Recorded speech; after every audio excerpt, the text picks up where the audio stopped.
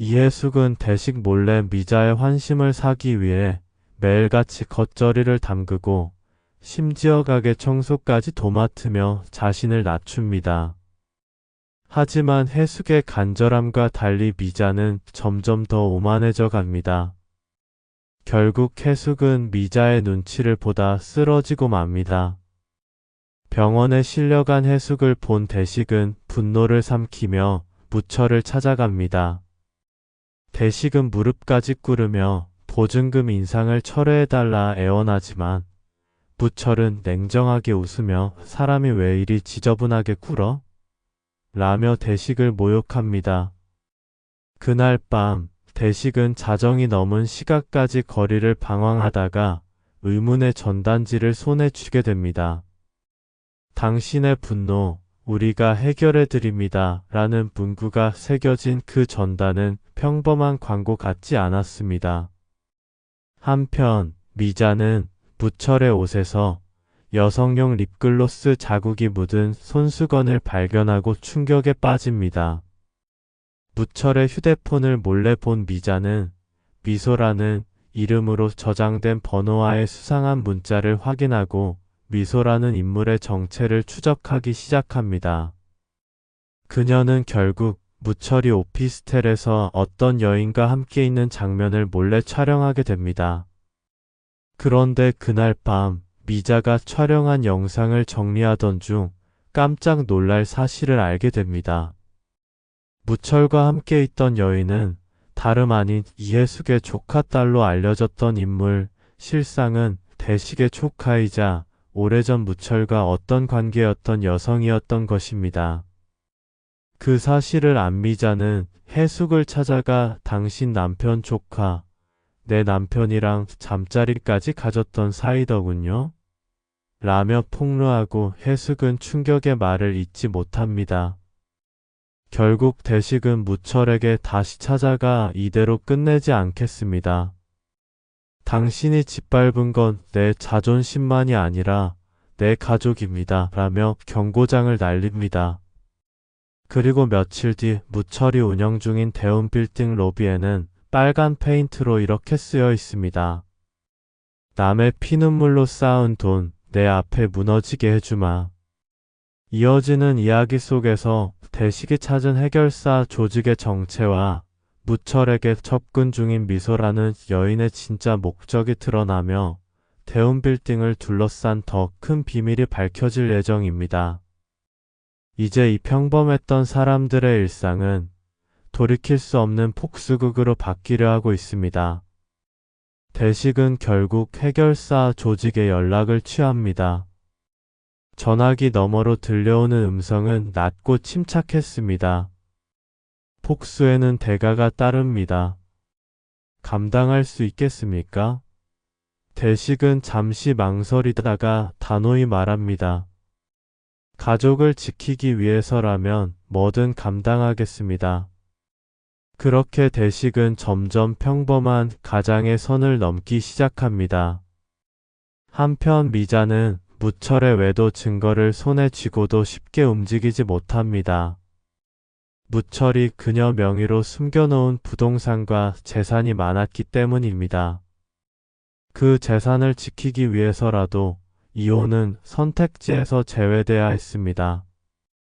하지만 미소라는 여인의 정체를 파헤치던 미자는 점점 더 큰 충격에 휩싸입니다. 미소는 단순한 내연녀가 아닌 무철이 과거 불법 개발 사업에 연루됐던 시절 자신이 직접 해외로 보냈던 처리 대상 중 한 명의 딸이었던 것입니다. 그러던 중 해숙은 우연히 미자의 핸드폰에서 무철과 미소의 사진을 보게 됩니다. 그 자리에서 무릎이 꺾이듯 주저앉은 해숙은 결국 미자에게 부탁합니다. 제발 우리 가게만은 그대로 두면 안 될까요? 이건 너무 가혹하잖아요. 하지만 미자는 냉소를 머금고 말합니다. 남의 인생 엉망으로 만든 남편 둔 죄, 당신도 반쯤은 책임져야지 않겠어요? 그 말을 들은 해숙은 무언가 결심한 듯 조용히 돌아섭니다. 그리고 대식에게 자신도 뭔가를 하겠다며 고백합니다. 사실 해숙은 몇 해 전 미자가 불법으로 건물을 증축하며 서류를 조작한 현장을 우연히 목격했던 과거가 있었던 것입니다. 그 기억을 떠올린 해숙은 이제껏 쌓아뒀던 사진과 당시의 통화 녹음을 찾아내기 시작합니다. 대식은 해숙의 자료를 들고 해결사 조직과 접선합니다. 조직은 그 자료를 흥미롭게 받아들이며 이 정도면 무너뜨릴 수 있습니다. 다만 뭔가를 잃을 각오도 하셔야겠죠라고 말합니다. 이제 대식과 해숙은 다시는 되돌릴 수 없는 길로 접어들게 됩니다. 한편 무철은 자신을 향한 이상한 낌새를 느끼며 주변을 경계하기 시작합니다. 그의 차 타이어에는 날카로운 칼자국이 남겨져 있고 사무실엔 정체불명의 쪽지가 놓여 있습니다. 당신이 망가뜨린 것, 이제 당신 차례입니다. 이 모든 상황 속에서 미소는 또 다른 인물에게 전화를 걸어 말합니다. 이제 시작이에요. 그 사람들 다 기억하더라고요. 숨겨졌던 과거의 비밀과 폭수의 불씨가 겹쳐지며 대운 빌딩을 중심으로 한 폭풍이 서서히 휘몰아치기 시작합니다. 대식은 해결사 조직과 함께 치밀한 계획을 세우기 시작합니다. 무철이 대운 빌딩 명예 이전을 위해 조용히 움직이고 있다는 정보를 입수한 대식은 그보다 한 발 앞서 움직이기 위해 건물의 구조, 임대 계약 내역, 세입자 현황까지 샅샅이 파악합니다. 대식은 모든 자료를 하나로 엮어 무철의 불법 전매 시도와 건물 내 안전진단 조작 정황을 파헤치기 시작합니다. 이 과정에서 대식은 과거 무철이 뒷돈을 주고 안전점검을 통과시킨 사실까지 손에 넣게 됩니다. 동시에 해숙도 자신이 모은 과거 자료를 익명의 블로거에게 제보합니다. 얼마 지나지 않아 대운 빌딩 붕괴 위험, 무자격 업체와의 커넥션 의혹이라는 제목의 폭로 글이 온라인 커뮤니티에 퍼지며 지역 방송국까지 기사화에 나섭니다. 무철은 이 모든 사태가 우연이라 믿기 힘들어지자 본격적으로 움직이기 시작합니다.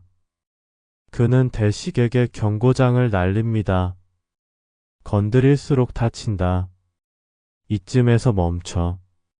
하지만 대식은 더 이상 물러서지 않습니다. 그럼 당신도 각오하세요. 내가 어떤 짓까지 할 수 있는지. 한편 미자는 계속해서 미소의 정체를 추적하던 중 뜻밖의 진실을 알게 됩니다. 미소는 무철과 단순히 내연 관계가 아닌 무철이 과거 어떤 여성을 임신시킨 뒤 떠났던 사건의 결과로 태어난 혼외자였던 것입니다. 즉, 무철은 자신의 친딸과도 모른 채 부적절한 관계를 맺고 있었던 셈입니다. 이 사실에 경악한 미자는 무철에게 그 사실을 던지며 이대로 모든 걸 폭로하겠다고 협박합니다. 하지만 무철은 차분하게 미자를 바라보며 말합니다.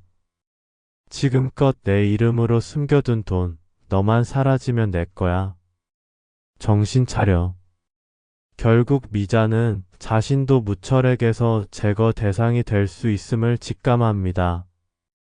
그녀는 해숙을 몰래 불러 말합니다. 우리 둘 지금 서로를 싫어해도 이 사람한테 무너지는 건 못 보겠어요. 두 여인은 오랜 갈등을 뒤로하고 무철을 무너뜨리기 위한 마지막 공조를 시작합니다. 대식은 드디어 결정적인 타이밍에 맞춰 무철의 부동산 거래 내역과 명예 도용 정황이 담긴 자료를 세무서에 넘깁니다. 동시에 지역 방송사에서는 무철이 과거 관계자들과 유착한 정황을 담은 단독 보도를 예고합니다. 그날 밤 무철은 누군가에게 쫓기듯 대운 빌딩 옥상으로 올라가고 그곳엔 대식이 기다리고 있습니다. 두 사람은 옥상에서 마주하게 되고 무철은 분노에 찬 얼굴로 외칩니다. 내가 뭔데 감히. 대식은 조용히 말합니다. 나? 그냥 평범한 가장이었지. 당신이 모든 걸 빼앗기 전까진.